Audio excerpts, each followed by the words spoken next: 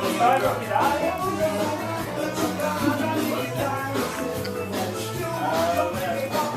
hi.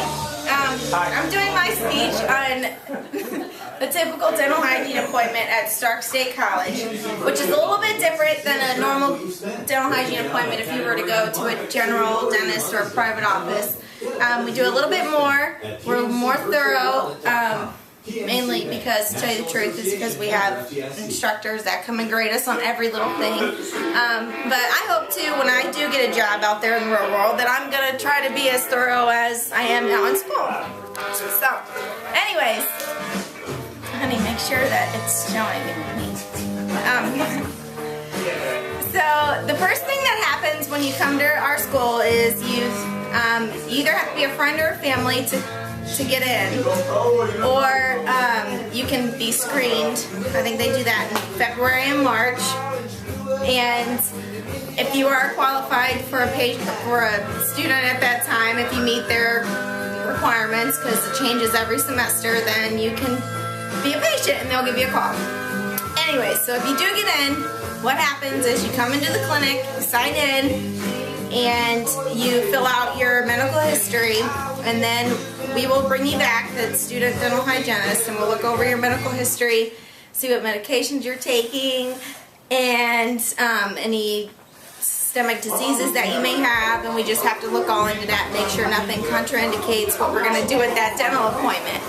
So, once we bring you back, we take your blood pressure, we check your pulse rate, we check your respirations, and make sure it's all in normal limits to make sure that we can proceed. So after that and everything's normal, we can sign up to start. Once I do that, then an instructor or a dentist will come over and let me know that it's okay for me to start, and then I'll lean you back, I'll put on my goggles, my mask, my disposable gown, and we'll start off with your intra and extral exam, which means in the mouth and out of the mouth, in layman terms. In the mouth or out of the mouth? What I'm doing in this is mainly, I go off of this 3-page chart that we have, and I'm looking for any lumps, bumps, or lesions, anything that looks abnormal. I have to feel around, I have to feel your lymph nodes, make sure nothing's swollen, and then I'll look inside your mouth, like the floor of your mouth, the roof of your mouth, everywhere inside your mouth I'm going to look at to make sure that there's nothing abnormal, nothing discolored, anything hard, something that's not supposed to be. Anything abnormal is what I'm looking for. And we'll look at your tonsils, make sure they look normal. We'll look at your bite, make sure, see if you have a class 1, 2, or 3 bite, which is just your over or under bite, whatever you may have. We have to document it. It's not that it's bad, it's not that it's good, we just have to write it down. Okay. And then after that, we'll do your dental chart, which is where I look at every single tooth you have in your mouth and see if you have any already restorative teeth that are restored, and I have to color it in, and if it's either an amalgam of metal filling or a composite, which is a white filling, I'll document that on the chart. And if it's missing, I put an X on it. Okay, root canal, whatever, I can see that. And then we also take x-rays before this. So if I see something in your mouth, I'll always look at your x-rays to double check to make sure it correlates. So, alright, after that, then I sign up. Oh, no, not done yet. And then I do a periodontal chart, okay? That's when you have the little instrument, which is called the periodontal probe, and it goes around every tooth in your mouth,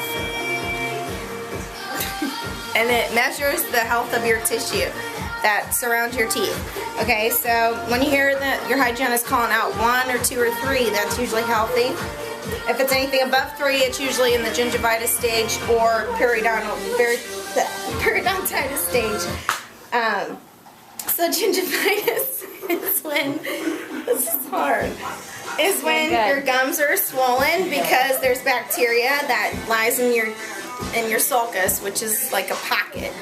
around your tooth, like a turtleneck around your neck.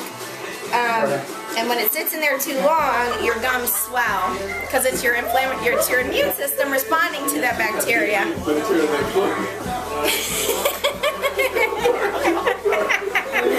That's okay. So what happens, the deeper the reading, your gums can swell, the longer the plaque sits there. And that's why we get any reading above 3 millimeters is because your gums are swelling. Because your inflammatory process is making that happen. So, see in this picture, you're still in the gingivitis stage, but after, I think it takes like 4 to 6 weeks, you can actually go into the periodontitis stage that quickly, and then that means that the bacteria, the inflammation has gone to the bone, and then the bone starts to break down, and that's when you have periodontitis, periodontal disease. Okay, so once you're in that stage, we can only maintain that, and you can't reverse it. You can only reverse gingivitis, not periodontitis.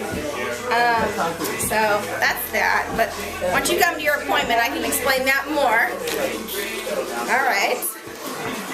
After we do those assessments, I will sign up for an assessment check, and my teacher will come over and do all those things over that I did again to make sure I did it correctly and correctly. That's it. And then after that, I will give you your informed consent, which I just explained to you that, this is what I found, this is what we need to do. Do you understand? Do you have any questions? And if you understand, then you sign, and then we can start with the cleaning. And then I take my sharp instruments and I clean your teeth. I don't just clean your teeth, I clean below your gum line and get all that bacteria out of there, which is the main thing that causes the periodontitis. After that, we use a polisher, which we polish your teeth with it's kind of like toothpaste, but it's a little bit more abrasive. And what that does is it makes your teeth really smooth, which makes it harder for plaque to stick onto your teeth. The slicker your teeth are, the cleaner they are, the less buildup you're going to get. That's why it's so important to clean your teeth thoroughly. After that, we'll floss, and you'll have a dental exam. The dentist on the floor will come over and make sure you have no cavities or any broken crowns or root canal or anything that you possibly need. He'll come over and make sure that you get done what you need to get done, and he'll write it on a referral slip for you. After that, we do fluoride. We'll put fluoride on your teeth, which replenishes your enamel with fluoride, which makes it harder. It remineralizes it because your enamel's porous. So the fluoride actually goes into those pores and makes it stronger and healthier to prevent any further decay.